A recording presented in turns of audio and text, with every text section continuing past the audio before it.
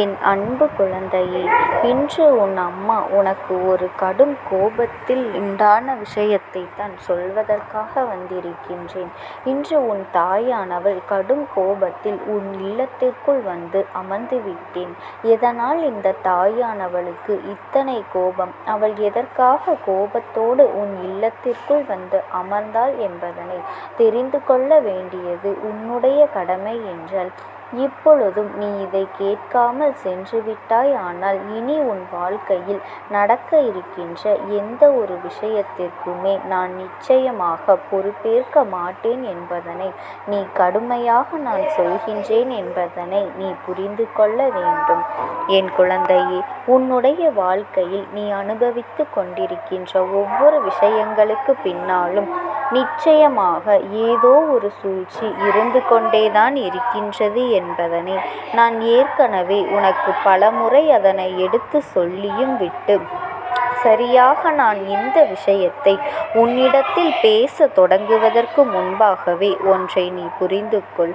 அது யார் மீது என்றுதான் நீ இங்கு தெரிந்து கொள்ள வேண்டும். என் தங்கமே, உன்னுடைய வாழ்க்கையில் இருக்கின்ற பல பிரச்சனைகளுக்கு இன்னமும் பதில் கிடைக்கவில்லை. ஆனால் அதற்கு மேலும் மேலும் வேறு வேறு பிரச்சனைகள் உன் வாழ்க்கையில் வந்து உன்னை ஆட்டி படைத்து கொண்டிருக்கின்றது. எந்த நேரம் எந்த பிரச்சனைகள் எங்கிருந்து வருமோ, யாரால் வருமோ, நமக்கு அது எத்தனை பெரிய விளைவுகளை ஏற்படுத்துமோ என்று தெரியாமல் என் பிள்ளை நீ வேதனைப்பட்டு கொண்டிருக்கின்றாய்.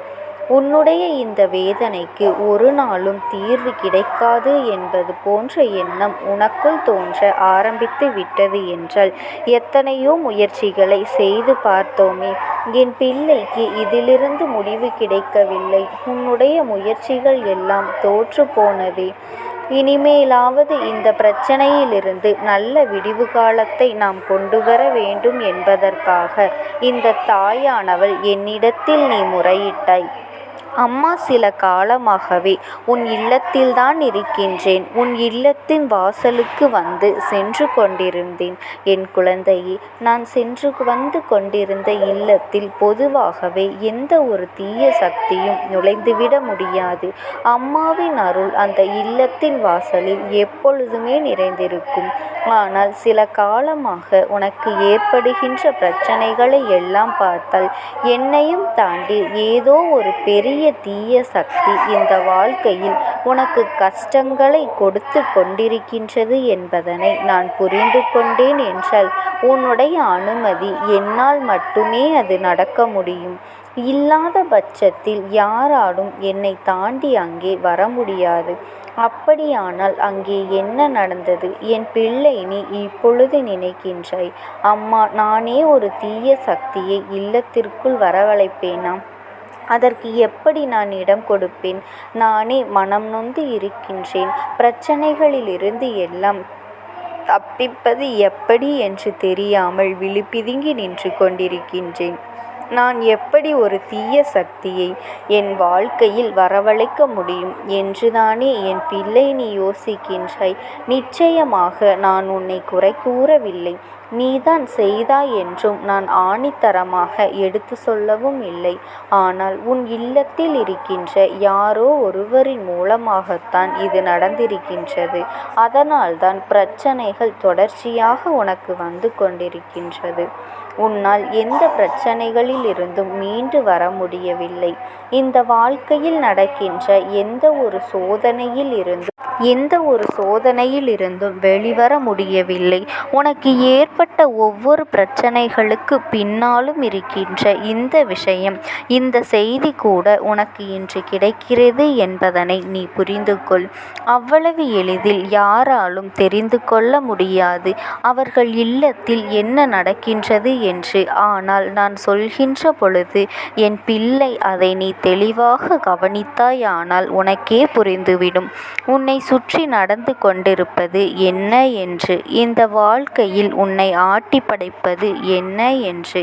என் தங்கமே, அத்தனை சோதனைகளும் அத்தனை சூழ்ச்சிகளும் இந்த வாழ்க்கையில் இருந்த பொழுது நீ எந்த அளவிற்கு மனவேதனைப்பட்டாய், எந்த அளவிற்கு இந்த வாழ்க்கையின் மீது உன்னுடைய கவனத்தை நீ செலுத்தினாய் என்பதனை நான் நன்கு அறிவேன். சரி, இவையெல்லாம் ஒரு புறம் இருக்கட்டும். நீ நல்லதைத்தான் நினைத்தாய், நல்லதுதான் நடக்க வேண்டும் என்று எண்ணினாய். அதையும் மீறி உனக்கு ஒரு துன்பம் நடந்தது. அதற்கு காரணம் என்ன தெரியுமா என் பிள்ளையே?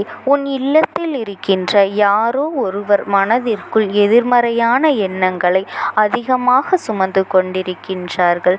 அதாவது, அவர்கள் நடப்பது எதையுமே நம்பாமல் கெடுதல்தான் நமக்கு நடக்கும், எப்பொழுதுமே நல்லதே நடக்காது என்று சொல்லிக் கொண்டிருக்கின்றார்கள். அவர்கள் மற்றவர்களிடத்தில் பேசும்போது அவர்களின் வார்த்தைகளில் நேர்மையான விஷயங்கள் இல்லை. எப்பொழுதுமே எதிர்மறையான எண்ணங்களோடுதான் அவர்கள் நடந்து கொள்கின்றார்கள். எதிர்மறையான சிந்தனைகளோடுதான் அவர்கள் இருக்கின்றார்கள். இது போதுமல்லவா? ஒரு தீய சக்தியினால் உள்ளே நுழைவதற்கு இதுதானே மிகப்பெரிய வழி. அதனால்தானே எளிமையாக உள்ளே நுழைய முடியும்.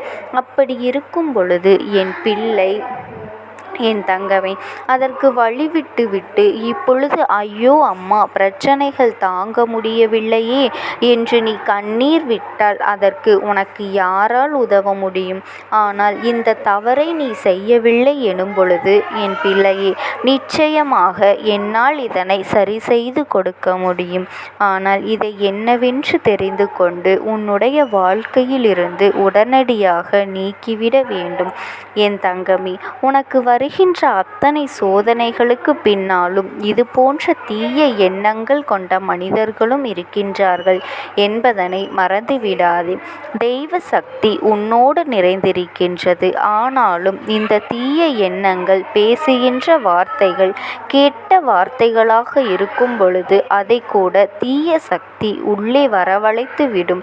அங்கே பூஜைகள் நடக்கும் இல்லத்தில் இவர்கள் வாயிலிருந்து கெட்ட வார்த்தைகள் பேசிக் கொண்டிருப்பார்கள்.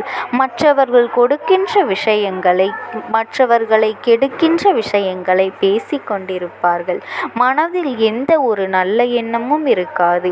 அவர்களுக்கு அதை செய்து விடவா இவர்கள் இப்படி செய்கின்றார்களே என்று சொல்லி அடுத்தவர்களின் மீது பொறாமை எண்ணங்களோடு இவர்கள் இருப்பார்கள். இது உன்னுடைய வாழ்க்கையில் எந்த காலத்திலும் நல்லதை நடத்தி கொடுக்காது. சர்வ நிச்சயமாக துன்பத்தை தான் கொடுக்கும் என்பதனை நீ புரிந்து கொள்ள வேண்டும். என் பிள்ளையே, எல்லாவற்றையும் கடந்து, எல்லா விஷயங்களையும் கடந்து இந்த வாழ்க்கையை நீ வாழ வேண்டும் என்றால் முதலில் உன் இல்லத்திற்குள் இருக்கின்ற இந்த எதிர்மறை எண்ணங்கள் கொண்ட மனிதர்களின் மனதினை மாற்ற வேண்டும். குடும்ப சூழ்நிலைகளை புரிந்து நடந்து கொள்ள வேண்டும். நம் இல்லத்தில் இருக்கின்ற எல்லாம் நல்லபடியாக நடக்க வேண்டும் என்றால் இது போன்ற தேவையில்லாத சிந்தனைகளை எல்லாம் நம்மை விட்டு விலகி செல்ல வேண்டும் என்பதனை நீ தெளிவாக உணர்ந்து கொள்ள வேண்டும். இவையெல்லாம் உணர்த்தும் பொழுது உன் வாழ்க்கை நிச்சயமாக அழகாகும் என்பதனை என் குழந்தை நீ புரிந்து கொள்வாய். உனக்கென்று நடக்கவிருக்கின்ற ஒவ்வொரு விஷயங்களும் இனிமேல் உனக்கு நன்மைகளை கொடுக்கும் என்பதனை நீ புரிந்து கொள்ள வேண்டும். உனக்கானவை எல்லாம் உன்னை வந்து சேரப்போகின்ற நேரங்கள். இந்த வாழ்க்கையில் அத்தனையும் உனக்கு அழகாக மாறும். மேலும் மேலும் இந்த வாழ்க்கையில் உன்னை அழகாக்கும் என்பதனையும் நீ புரிந்து கொள்வாய். இந்த சந்தர்ப்பங்களும் சூழ்நிலைகளும் உனக்கு சாதகமாக மாறப்போகின்ற நேரம். அத்தனை தெய்வங்களினுடைய அன்பும் உனக்கு கிடைக்கும் என்பதில் எந்த ஒரு மாற்று கருத்தும் கிடையாது. இது உன் மனதிற்குள் தைரியத்தோடு வைத்து கொண்டு நீ செய்ய போகின்ற செயல்களை தெளிவாக செய். உன்னை விரட்டும் அத்தனை தீய சக்திகளும் மிரண்டு ஓடும். இந்த அம்மா உன் இல்லத்தில் கோபத்தோடு வந்து அமர்ந்திருக்கின்றேன் என்று தெரிந்த பிறகும் கூட இவர்கள் அங்கே சாதாரணமாக வந்து செல்கின்றார்கள் என்றால் அதனை நான் ஒருபொழுதும் அனுமதிக்க மாட்டேன். என் பிள்ளையே, உன் இல்லத்தில் இருக்கின்றவர்களின் மனதில் இருக்கின்ற தீய எண்ணங்களை மாற்றி மற்றபடி எல்லாமும் உன் வாழ்க்கையில் தானாகவே சரியாகிவிடும். சுற்றி வருகின்ற அத்தனையும் தானாகவே உன்னை விட்டு விலகி ஓடிவிடும். எல்லாம் நிச்சயமாக உன்னை நல்லபடியாக வாழ வைப்பதும் என்றும் எந்த ஒரு மாற்று கருத்தும் கிடையாது. இந்த அம்மாவினுடைய அன்பும் ஆசீர்வாதங்களும் உனக்கு எப்பொழுதுமே முழுமையாக கிடைத்து கொண்டே இருக்கும். ஓம் சக்தி. ஓம் ஆதிபரா சக்தி.